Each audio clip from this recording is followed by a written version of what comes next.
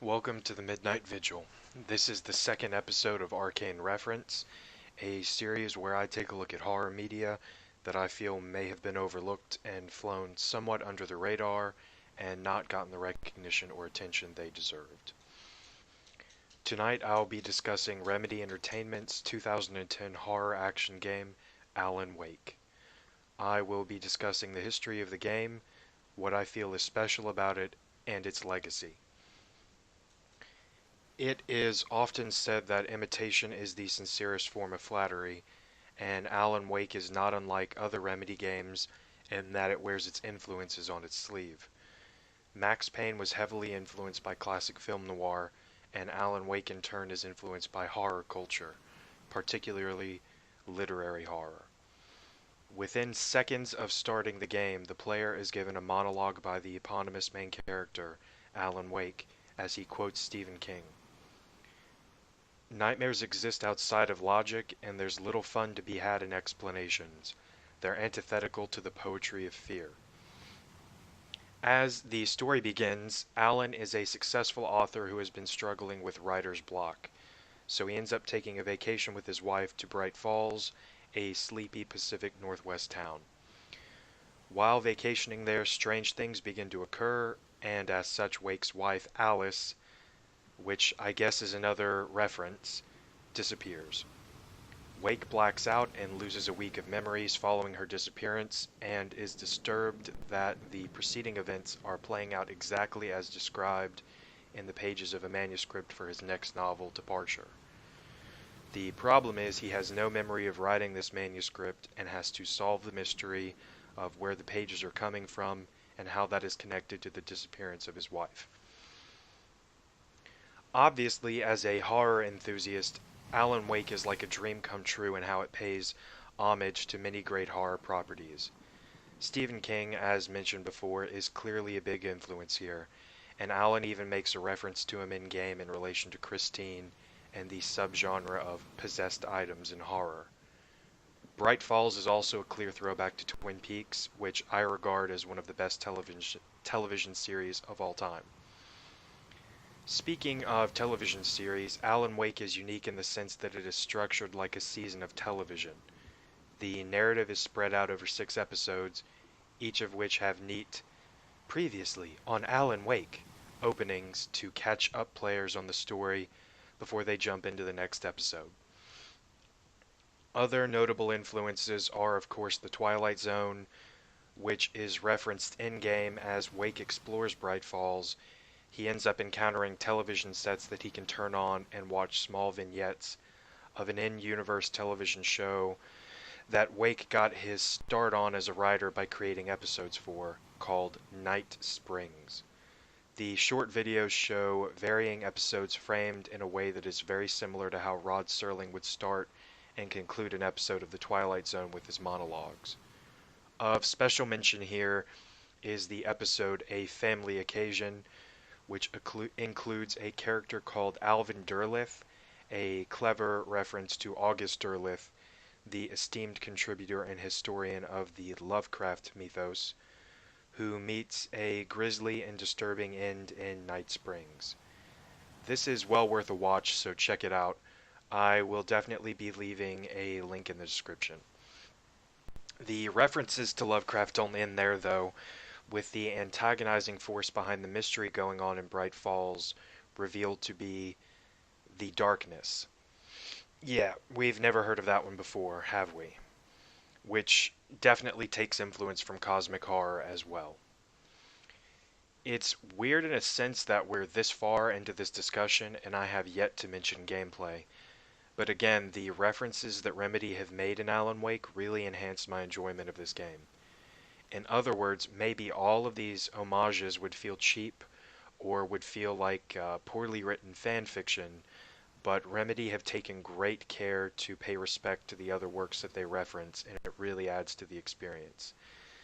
The gameplay, on the other hand, is fairly standard for a third-person shooter. The most interesting mechanic here is the use of light to damage the darkness.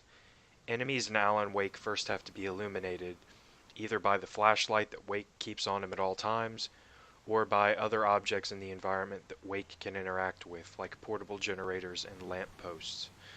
Other than that, there's not much to say about the gameplay here. Light mechanics aren't unique to video games, and definitely not to horror games either, but the concept is done well here. But still, I wouldn't really describe this as a type of game that I would recommend because of the gameplay. It's the narrative here and the way that it is handled by Remedy that makes this a recommendation for me. If you're reasonably familiar with horror culture, you're going to find a lot to enjoy here in what is clearly a love letter to the genre. Before I move on and discuss Alan Wake's legacy, I want to say a few words about what I didn't like about this game. First and foremost, there's a large amount of product placement in Alan Wake. Remedy claimed that they paid special attention to these advertisements because they wanted the world to feel more lived in and didn't want to put ads in the faces of players. Well, I guess I can throw them a bone and say that this isn't Michael Bay Transformers levels of bad, in which your eyes are physically assaulted with the aggressive product placement, but it's still largely distracting. I was thrown out of immersion multiple times because of this. Just when the story is getting really spooky, oh, here's a commercial for Verizon Wireless, or here's the 15th billboard that I've seen in-game for Verizon Wireless.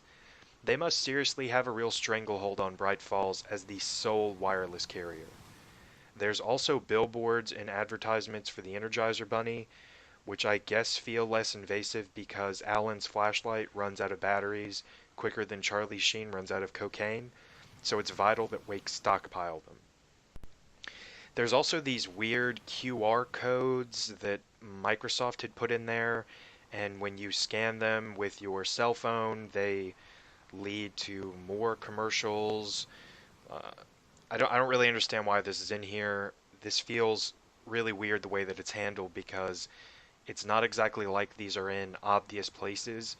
You know, you never go to an electronics store in Alan Wake. I remember towards the end of the game, you literally see one of these QR codes in a barn in the middle of nowhere in the country. What is this even doing here? What's interesting is that in a game that is essentially a big advertisement for other horror works, this feels like Remedy have lost the plot here and are seriously lacking in self-awareness. Speaking of stockpiling supplies, another thing that really annoyed me about Alan Wake is how the game kept resetting my inventory, sometimes multiple times per episode and at the beginning of a new episode. In a typical survival horror game, which Remedy seemed really reluctant to label Alan Wake, the player must stockpile precious supplies and is often tasked with maintaining limited inventory space. This adds to the tension of a horror game. Do I pick up these health supplies or do I pick up this shotgun ammo? There's little sense of discovery when I find an upgrade, like an upgraded shotgun or a flashlight in Alan Wake, because I know that inevitably either the narrative will contrive a reason for me to lose it, or the simple mechanics of the episodic gameplay will strip me of my gear and force me to start all over again with the basic equipment. There can't be, as a consequence, any tension in Alan Wake, because the combat is too simple and because the game throws supplies at you every few minutes. The last thing that I want to mention here that distinctly bothered me about Alan Wake is the game's runtime. My first playthrough clocked in at about 16 hours, which I would normally be really happy with in any other horror game, but here not so much. The game drags towards the end and honestly to me felt too long. About an episode too long. There's 6 here in total, and I really feel like we could have just done with 5. There are long segments where Wake has to drive vehicles, which are also licensed because of course, and they function as more product placement around Bright Falls. And these vehicle segments have been kept in the game because Remedy experimented with making Alan Wake an open world experience, but decided towards the end of development that the open world model wouldn't work for the story they were trying to tell. If that's the case, why are these segments still in the game? They don't add anything to the gameplay because the driving mechanics are atrocious. I was getting serious PTSD flashbacks from 2008's Alone in the Dark reboot, which also had dreadfully dreadful vehicle controls. At any moment, I felt like my car could just skate off the road and fall off the edge of a cliff. That's how badly the vehicles control here. I don't mind a game that wants to take its time and develop its world and characters around it, but too often in Alan Wake, I felt like I was ready for the game to be over before the game was ready to make its point and conclude. Anyways, let's talk about Alan Wake's legacy. I'm going to discuss the sales data, but to do that, I'm going to need to set the scene on the lead up to launch. This is all going to lead into that juicy clickbait thumbnail.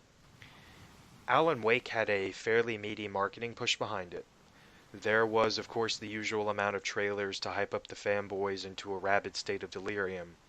But besides that, Alan Wake had billboards, the somewhat bizarre guerrilla marketing campaign Dark is Deadly, which were these nightlight displays in Canada, and the prequel web series that debuted online and Xbox Live before launch. The reviews were very positive, which is always a plus, so what about the sales? The sales data as per VG charts is kind of hard to pin down. That site has the estimated sales of both platforms, the Xbox 360 and PC, at 1.39 million units. Obviously, this is an imperfect measurement of sales data because in March of 2015, Remedy's CEO had stated on Twitter that the Alan Wake franchise, which includes the base game and its expansion American Nightmare, had sold 4.1 million units. In what I perceived to be an effort to generate a player base, Microsoft, who published the game, would later include Alan Wake as a free download with Xbox 360 bundles. I wonder if any of these free digital downloads are included in the sales figure. We'll obviously never know for sure, but it is fun to speculate here. What is unusual about the development of this game is its lengthy development time. Following the release of 2003's Max Payne 2, Remedy took 2 years before they announced they were working on their next project. So from 2005 to 2010, they quietly worked on Alan Wake. The development time of Alan Wake is cited as being 5 years, but obviously during those 2 years from 2003 to 2005, Remedy were busy going through different concepts on what they wanted their next game to be. From all of Remedy's catalog of games, Alan Wake also has the lengthiest development time, a period of time which saw video game consoles transition to the next generation. That's 5 years of development time, 5 years of expenses, 5 years of hype and trailers emphasizing the psychological horror and the whole art coming to life aspect of the story. Remedy's previous game, Max Payne 2, also had underwhelming sales, despite having very positive reviews as well. So Alan Wake was to be their redemption as a studio. It was a major exclusive for the Xbox 360, which was doing very well in the hardware sales. It had the backing power of Microsoft, and as previously discussed, a not inconsiderable marketing campaign. So what happened next for this? Well, let's take a trip back in time. Remember where you were on May 18th, 2010? If you were a gamer, you were likely sitting in front of your TV playing Red Dead Redemption, a little game made by indie developer that you've probably never heard of before, Rockstar Games. Yeah, obviously I'm kidding here. Everyone knows who Rockstar is, and everyone played Red Dead Redemption. Do you know what game you weren't playing on May 18th, 2010? Yes, that's right, Alan Wake. Amazingly, Alan Wake launched on the same day as the biggest video game of all time by the biggest developer of all time. Slight hyperbole there, but I'm not far off from the truth. This is one of the biggest reasons why I think Alan Wake failed and was doomed to become a cult classic. Now back to that amazing clickbait thumbnail. Microsoft need more games like Alan Wake. What's interesting here is that Microsoft sat on the property for 2 years before they would allow Remedy to port the game over to PC. And yes, allowed is the right word to use here, because Remedy later would describe the situation as them essentially nagging Microsoft to let them do the PC version until eventually they just gave in and allowed it. This is another instance of Microsoft not understanding and failing to capitalize on the PC gaming market. But that's really not the biggest shocker here. No, not by a long shot. When Remedy approached Microsoft about doing a sequel to Alan Wake, they had at this time internally been developing demos and such for what the game would look and play like, and how they could expand upon the ideas of the first game. Microsoft passed on the option, claiming that they wanted to diversify their portfolio of titles and weren't interested. Microsoft, diversify.